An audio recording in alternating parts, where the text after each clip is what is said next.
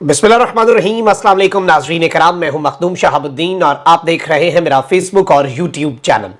उम्मीद करता हूं आप सब लोग बखैर वाफियत होंगे और जहां भी होंगे अपने अहले खाना समेत खुश भी होंगे और महफूज भी। नाज़रीन कराम, इस वक्त बड़ी अहम तरीन डेवलपमेंट्स हैं जो आपके सामने रखनी है। एक जानिब तो इमरान खान इस वक्त निशाने पर हैं। इमरान खान को बागी तक करार दे दिया गया है और 9 मई के वो मुकदमात जिनमें इमरान खान साहब को कसूरवार ठहराया गया था, 2000 सफ़हात का चालान तैयार किया गया था, उन मुकदमात के अंदर बगावत की दफात शामिल हो गई है। लेकिन इस सब के अंदर अभी तक जो लंदन से मुतालबात आ रहे हैं वो मुतालबात बहुत संगीन हैं और अब उनके जो स्पोक्स पर्सन हैं, जो माउथ पीस हैं, सहाफ़ियों का टोला, तज्जियाकारों का टोला, लंदन में बैठे हुए लाडलों का, वो इस वक्त मुतालबा कर रहा है कि इमरान खान और फैज़ हमीद को सजाए मौत दी जाए। उनके जराइम इतने संगीन हैं। तहलका खेज खबर है जो आपके सामने रखनी है। इसके साथ ही साथ इमरान रियाज खान कहां पर और किसकी तहवील में है, इस हवाले से बिलाखिर किसी ने तो अपनी जुबान खोली है, किसी ने तो इसमें क्लेम किया है और ये एजेंसीज के हवाले से बहुत बड़ा क्लेम इस वक्त सामने आ चुका है।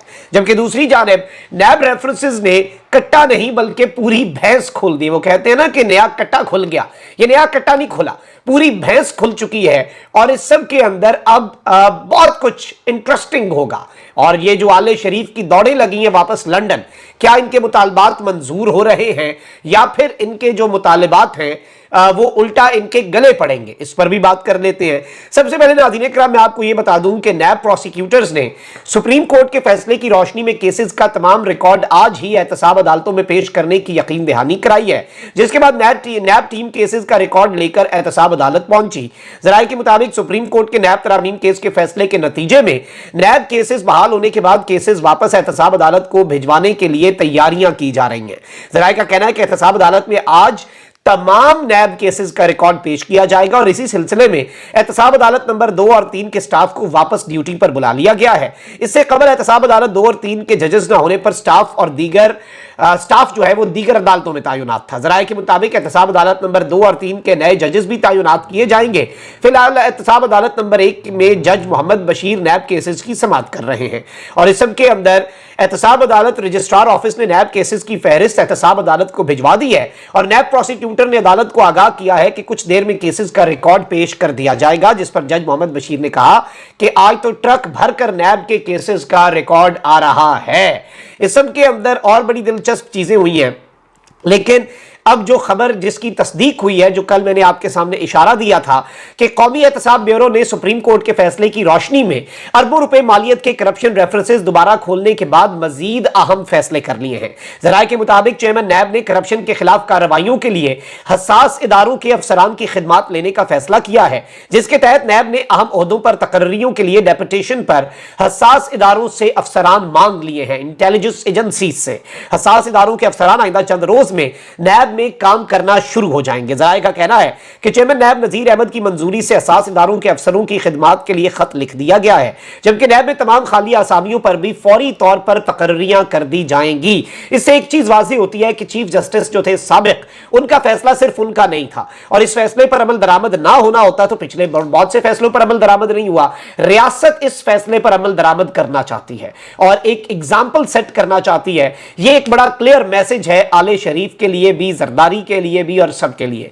जराये ने बताया है कि डेपुटेशन पर तैनात होने वाले इंटेलिजेंस अफसरान और अहलकार नैब दफातर में फराइज सरंजाम देंगे और नैब दफातर में मजबूत और मौसर इंटेलिजेंस सिस्टम कायम किया जाएगा, जबकि एहतसाब का अमल तेज और मौसर बनाने के लिए इंटेलिजेंस अफसरान और अहलकारों से मुआवनत ली जाएगी। इंटेलिजेंस अफसरान नैब तफ्तीशी ऑफिसर्स की मुआवनत करेंगे। जराये के मुताबिक नैब में डेपुटेशन पर आने वाले तमाम अफसरान अपने स्केल और तनख्वाह पर ही काम करेंगे। ये अफसरान और अहलकार सुप्रीम कोर्ट के फैसले के बाद तमाम केसेस को चलाने में भी मुआवनत करेंगे। जराये का कहना है कि डिप्टी चेयरमैन नैब और प्रोसिक्यूटर जनरल के ओहदों पर भी जल्द मुस्तकिल अफसरान का तकर्रुर कर दिया जाएगा। अब दिस इज समथिंग बिग, ये बड़ी इंपॉर्टेंट चीज है। लेकिन वहीं दूसरी जानिब क्या हो रहा है, अब आपने इस सिचुएशन को समझना है, सूरत हाल को समझना है। एक जानिब तो सियासतदान जो हैं, सिविलियंस जो हैं, उन्हें सजा देने की बात हो रही है और मुकम्मल तौर पर रगड़ा लगाया जाएगा, मुकम्मल तौर पर उनके पेच जो है नट बोल्ट टाइट किए जाएंगे, कसे जाएंगे उनके पेच। इस सब के अंदर मुस्लिम लीग नून के रहनुमा जावेद लतीफ ने कहा है कि सिविलियंस को सजा दे दें और दीगर को छोड़ दें तो यह इंसाफ नहीं। यह मुतालबा उसी तरफ को जा रहा है जो नवाज शरीफ साहब ने एक साबिक आर्मी चीफ, एक साबिक डीजी आईएसआई और एक मुस्तकबिल के चीफ जस्टिस जो हैं उनको एहतसाब के कटहरे में लाकर उनको निशाने इबरत बनाने का ऐलान किया, जिसके बाद उनके छोटे भाई पाकिस्तान आए, लेकिन 2 दिन में उन्हें वापस अहम तरीन पैगाम लेकर बड़े भाई के पास लंदन आना पड़ा। मुस्लिम लीग नून के रहनुमा जावेद लतीफ ने कहा है कि 2014 था 17 और 9 मई के किरदार में सिविलियंस को सजा दे दें और दीगर को छोड़ दें तो यह इंसाफ नहीं। कौम का मुतालबा है कि जस्टिस रिटायर्ड बंदयाल का भी एहतसाब हो। लंदन में नवाज शरीफ से मुलाकात के बाद मीडिया से बातचीत करते हुए उन्होंने कहा कि नवाज शरीफ को हुकूमत से निकालने वाले तमाम किरदार बेनकाब हो चुके और उन्होंने एतराफे जुर्म भी कर लिया। 2017 के किरदारों को बेनकाब करना पड़ेगा। इस मकसद के लिए एक कमीशन बनाया जाना चाहिए। जावेद लतीफ का कहना था कि एक इदारे की खुद एहतसाबी के बाद अब दूसरा इदारा भी अपना एहतसाब कर ले, वरना फिर सिविलियंस को करना पड़ेगा। मुल्क को बर्बाद करने वाले अनासिर का मुहासबा जरूरी है। इन्होंने इस सब के अंदर वही बातें कही कि जी कि हमारे जल्द से जुलूस और इधर उधर की बातें। लेकिन जो इंपॉर्टेंट चीज है, जो अहम तरीन डेवलपमेंट है नाज़रीन कराम, वो ये है कि एक जानिब तो नवाज शरीफ साहब जो हैं वो बाज़ाब्ता तौर पर यह मुतालबात कर रहे हैं कि इमरान खान साहब को लाने वाले जितने भी किरदार हैं उन सबको ना सिर्फ एक्सपोज करना है बल्कि सजाएं देनी है। लेकिन इसमें इदारे की पॉलिसी क्या होगी, यह एक बड़ा अहम सवाल है, क्योंकि सिर्फ जनरल फैज हमीद के हवाले से तो चीजें नहीं हो सकती। अब इस सब के अंदर नाज़रीन कराम यह कहा जा रहा है कि ऑल्दो इमरान खान साहब जो है उनके लिए स्टेट और रियासत जो है वो बहुत आहनी हाथों से निमटने का फैसला कर चुकी है और बगावत की दफात अब नवाज शरीफ साहब के जो करीब समझे जाने वाले साफी हैं वो तो इस वक्त ये मुतालबात तक कर रहे हैं। और मैं एक दो साफियों को इनके सुन रहा था जो नवाज शरीफ साहब को इतना बड़ा लीडर समझते हैं कि आपको उनके विचारों पे तरस आता है कि इनकी नौकरी लगी हुई है और इतना बड़ा विजनरी नवाज शरीफ को उनसे बड़ा कोई समझता ही नहीं है। लेकिन जाहिर बात है, चलें ठीक है, उनकी दुकान चल रही है, चलाएं अपनी। इस सब में नाज़रीन कराम वो अब ये तक मुतालबात जो है नवाज शरीफ साहब के करीब समझे जाने वाले और उनके माउथ पीस समझे जाने वाले लोगों की तरफ से आ रहे हैं कि इमरान खान को भी सजाए मौत दे दी जाए। मतलब आप इनके मामलात की इंटेंसिटी समझें। और जनरल फैज हमीद के लिए भी इस सब के अंदर मुल्क से बगावत, मुल्क से गद्दारी जो है उसमें सजाए मौत ही बचती है। मतलब इनके वो देखे ना कि ख्वाब, और इसमें ये कह रहे हैं कि इमरान खान साहब के खिलाफ ऑलरेडी बगावत का मुकदमा दर्ज हो चुका है। बगावत की दफात former prime minister Imran Khan साहब के खिलाफ दर्ज हो चुकी हैं। और कल जो मुलाकात हुई उसमें वकील आबिद साकी ने चीफ जस्टिस से फैजाबाद धरना केस पर अमल दरामद का मुतालबा किया। और चीफ जस्टिस ने जब पूछा कि अगर अमल दरामद ना हुआ तो क्या आप मेरे खिलाफ भी धरना दे देंगे, वैसे अगर अमल दरामद करवा दिया तो सबसे पहले कौन टंगा जाएगा, यह भी एक बड़ा आम सवाल है। और इस पर आबिद साकी साहब ने वैसे कल ये बात कही कि अगर अमल दरामद इसके ऊपर ना हुआ तो बिल्कुल जी हम धरना दे सकते हैं। और इस सब के अंदर मैं आपको ये बता दूं कि फैजाबाद धरना जो है उस हवाले से काजी फैज ईसा साहब का एक डिसीजन था कि फैज हमीद साहब के खिलाफ कार्रवाई हो, और उस पर अमल दरामद नहीं हुआ था। उल्टा काजी फैज ईसा जो है उनके खिलाफ कार्रवाई हुई थी। फैज हमीद साहब तो मेजर जनरल से लेफ्टिनेंट जनरल हुए, लेफ्टिनेंट जनरल से वो फिर वो बने अपना डीजी आईएसआई, उसके बाद कोर कमांडर भी रहे और अपने इलिस्टेरियस करियर जो है उन्होंने पूरा किया और थोड़े से अरसा कबल रिटायरमेंट लेके अब वो आराम से बैठे हैं। बाजवा साहब जो हैं वो भी आराम से बैठे हैं। अमल दरामद तो बाजवा साहब ने करना था।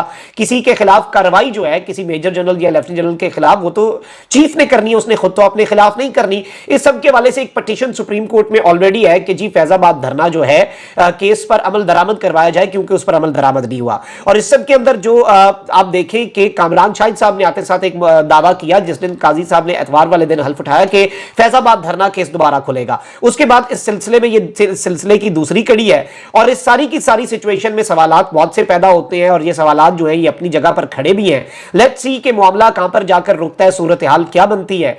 और ये ऑल्दो इनके मुतालबात तो फिर जाहिर बात है ख्वाब देखने में कोई कबात नहीं है। इमरान खान जो है उसे पाबंदे सलासल तो रखा हुआ है, लेकिन अल्लाह ना करे कि ये जिस हद तक ये मुतालबात करते हैं और इनके बड़े बड़े लेवल्स पे ये बातें करते हैं कि इमरान खान और फैज हमीद को टंग देंगे, ये कर देंगे, वो कर देंगे, मतलब खुदा का खौफ करें। आप मुल्क को क्या बनाना चाह रहे रहे हैं और मुल्क के अंदर करना क्या चाह रहे हैं। और नवाज शरीफ साहब जो है वो अपनी जगह पर बैठे हैं लंदन में, शेर एक बारी फेर हो रहा है, फिर कभी रुक जाता है, कभी हो जाता है। मतलब अवाम को पागल तो ना बनाए, और अवाम के साथ जो खिलवाड़ कर रहे हैं वो भी अवाम को पता है।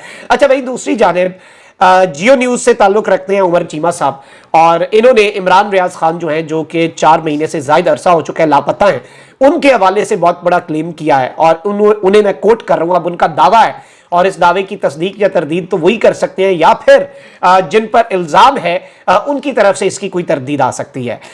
इमरान रियाज खान जो है वो एजेंसीज की तहवील में है और जिंदा है, ये कहना है उमर चीमा साहब का। और इस सब के अंदर ये इन्होंने कहा है, और जाहिर बात है सवाल तो ये भी पैदा होता है कि आईजी साहब को नहीं पता। लाहौर हाई कोर्ट के अंदर वो कह रहे हैं हमारी सिस्टर एजेंसीज में से सबको किसी के पास नहीं है। तो उमर चीमा साहब अगर ये कह रहे हैं, ऑन द रिकॉर्ड कह रहे हैं आके कि इमरान रियाज खान साहब जो है वो जिंदा हैं, जो कि बिल्कुल ठीक कह रहे हैं, बिल्कुल वो खैरियत से, अल्लाह ताला उन्हें लंबी जिंदगी दे और वो जल्द अज जल्द सेहतयाबी के साथ जिस तरह से उन्हें उठाया गया था उसी तरीके से वापस आए हमारे दरमियान, वो बहुत जल्द होंगे।